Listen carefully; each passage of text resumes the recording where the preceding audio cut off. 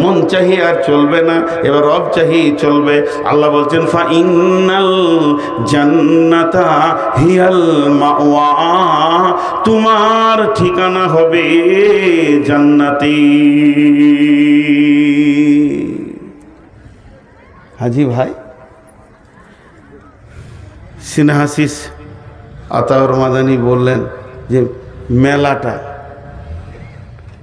যে মেয়েগুলো ঘুরছে তাদের তো বাপ আছে। আমি মনে মনে তখন ভাবছিলাম তাদের তো ভাই আছে, তাদের তো স্বামী আছে, তো তারা কি করছে এখন? তারা কি করছে এখন? তাদের ডিউটিটা কি? কোথা গেছিলে এই কথা বলছে না কেন? তাদের মধ্যে আল্লাহর ভয় নাই। ও ভাবছে ও একাই বুঝে নেবে কি আমাদের বাড়ি। জি না, জবাব আপনাকে আমাকেও লাগবে।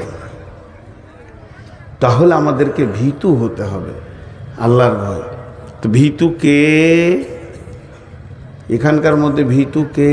আল্লাহ বলছেন বিসমিল্লাহির রহমানির রহিম লাইসাল বিররা আন তুওয়াল্লু উজুহাকুম কিবালাল মাশরিকি ওয়াল মাগরিবি ওয়ালাকিন্নাল বিররা মান আমানা বিল্লাহি ওয়াল ইয়াউমিল আখিরি ওয়াল মালাইকাতি ওয়াল কিতাবি ওয়ান নাবিয়্যিন ওয়াতাল মালা আলা হুব্বিহি যাবিল কুরবা ওয়াল ইয়াতামা ওয়াল মাসাকিনা ওয়াবনাস সাবিলি ওয়াসাইলিনা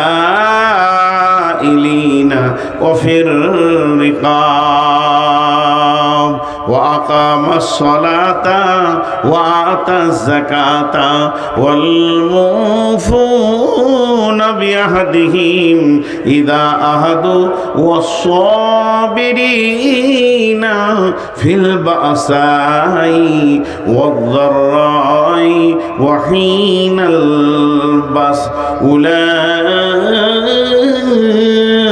الذين صدقوا وأولئك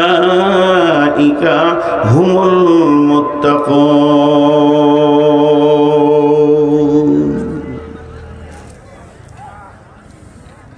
উঠছেন কেন? এক দুই কে উঠতে শুরু করেছে কারণ ওরা বলছে ডেট তো পার হয়ে গেল। আজকে কত তারিখ? আবার বলছে 29। তাহলে এই যদি শ্রোতার অবস্থা হয় তাহলে কি ভুল শুনছে সব। হ্যাঁ, আগেকার যুগে ডাক্তারখানা যেতে গেলে বোতল নিয়ে যেতে হতো। ডাক্তারখানা গেলে বোতল নিয়ে যেতে হতো। ডাক্তার ওর ভিতরে ওষুধ গুঁড়া করে ভরে দিয়ে পানি দিয়ে এমনি করে জমি দিয়ে বলতো। এবার প্রেসক্রিপশনটা কেমন ছিল? এই গায়ে একটা কাগজ চিটিয়ে দিতে এমনি করে ডাক্তার, যে বলতো সকালে 1 দাগ, বিকালে 1 দাগ, দুপুরে 1 দাগ, বিকালে খাওয়ার পর 1 দাগ, রাতে 3 দাগ খাবে, কালকে 3 দাগ খাবে, যে পরশু আবার আসবে। এক বিচারার বাপের অসুখ, তো ডাক্তারখানা গেছে, বড় বোতল লেগেছে, বুড়া মানুষ কতটি ওষুধ দিবে আল্লাহ জানে। 4 ভাই লেগেছে কাঁধে করে। ডাক্তার পুরা ওষুধ দিয়ে বলছে সকালে 1 দাগ, দুপুরে 1 দাগ, বিকালে 1 দাগ, রাতে 1 দাগ। মুরব্বির খুব অসুখ, 4 দাগ খাইয়েছে, অসুখ ভালো হয়নি। তো বাপকে না নিয়ে গিয়ে ওষুধ আর লাঠিলে ডাক্তারকে দেখা করতে গিয়েছে। 4 ভাই, মেরে তোকে শেষ করে দেবো, 4টা দাগ খাইয়েছি, এখনো কেন রোগ ভালো হলো না? তো ডাক্তার বলছে বোতলটা দেখি, তো ওষুধ যেমনকার তেমনি আছে, খালি কাগজের দাগ গলা ছিঁড়ে বাপকে খাইয়েছে। কি ভুল শুনেছে? বলেছে সকালে 1টা দাগ খাওয়াবি, তো কাগজের দাগটাকে বলে বাপু হে খা, ওষুধ যেমন খা সেরকম আছে। তারপরে ডাক্তার বলছে আচ্ছা যা, এবার আবার দাগ দিয়ে দিলাম, ওষুধটা খাবি, খাওয়ার আগে ঝাঁকি মেরে নিবি এরকম করে। মানে ওষুধটা তাহলে মিক্স হবে ভালো, 5-7 রকম মাল আছে। তো খাওয়ার আগে বাপকে ধরে ঝাঁকি মারছে, 4 বেটাতে ধরে বাপকে ঝাঁকি মারছে, মরে গেল বুড়া। ভুল শুনছে। আজকে 1 তারিখ, আল্লাহ বলছেন, আল্লাহ নিজে একটা ভূমিকা দিচ্ছেন। এটা কোনোদিন ভালাই নয়। পূর্বে এবং পশ্চিমে তুমি সাজদা করে দেবে।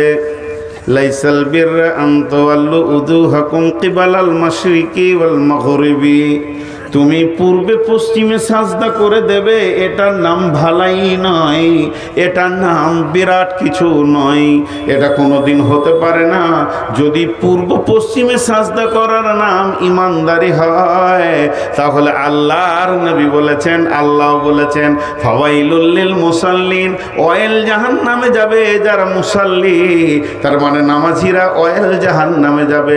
রাসূলুল্লাহ সাল্লাল্লাহু আলাইহি ওয়াসাল্লাম বলছেন, মান সাল্লা ইউরাই ফাকাদ আশরাকা, নামাজ পড়লো অথচ সে লোক দেখানি পড়লো তো শিরকের গুনাহ করলো। শুধু তাই নয়, মুনাফিকরাও নামাজ পড়েছেন, রাসূলের পেছনে পড়েছেন। মুনাফিকরা এমন একটা বেঈমান, আল্লাহর নবীর মতো ইমামের পেছনে নামাজ পড়েছে হতভাগারা, তারপরও আল্লাহকে আপন বানাতে পারেনি, কারণ তাদের ভিতরে ছিল নিফাক, আল্লাহর ভয় ছিল না। তাহলে সলাত আপনাকে বাঁচাতে পারছে না।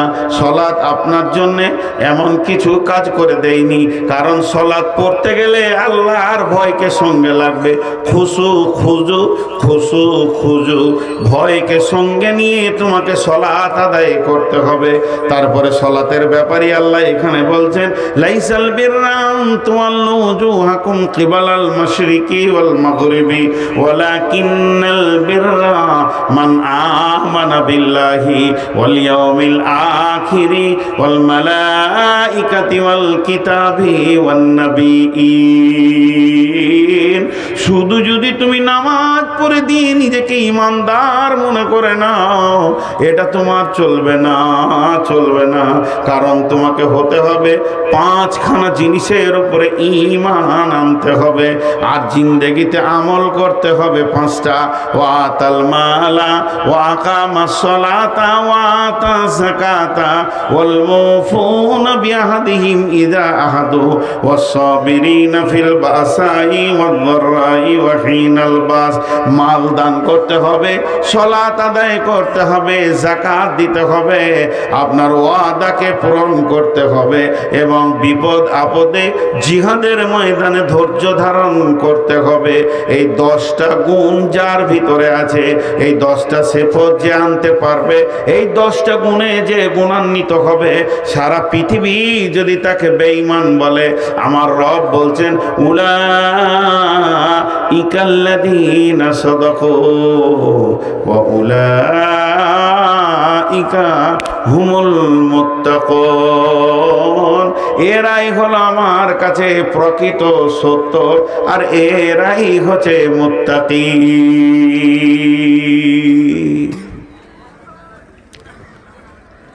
গোটা বাইনটা বলে দিলাম। পূর্ব পশ্চিমে সাজদা করে যদি নিজেকে ইমানদার প্রমাণ করা যেত, তাহলে মুনাফিকরাও ইমানদার হয়ে যেত।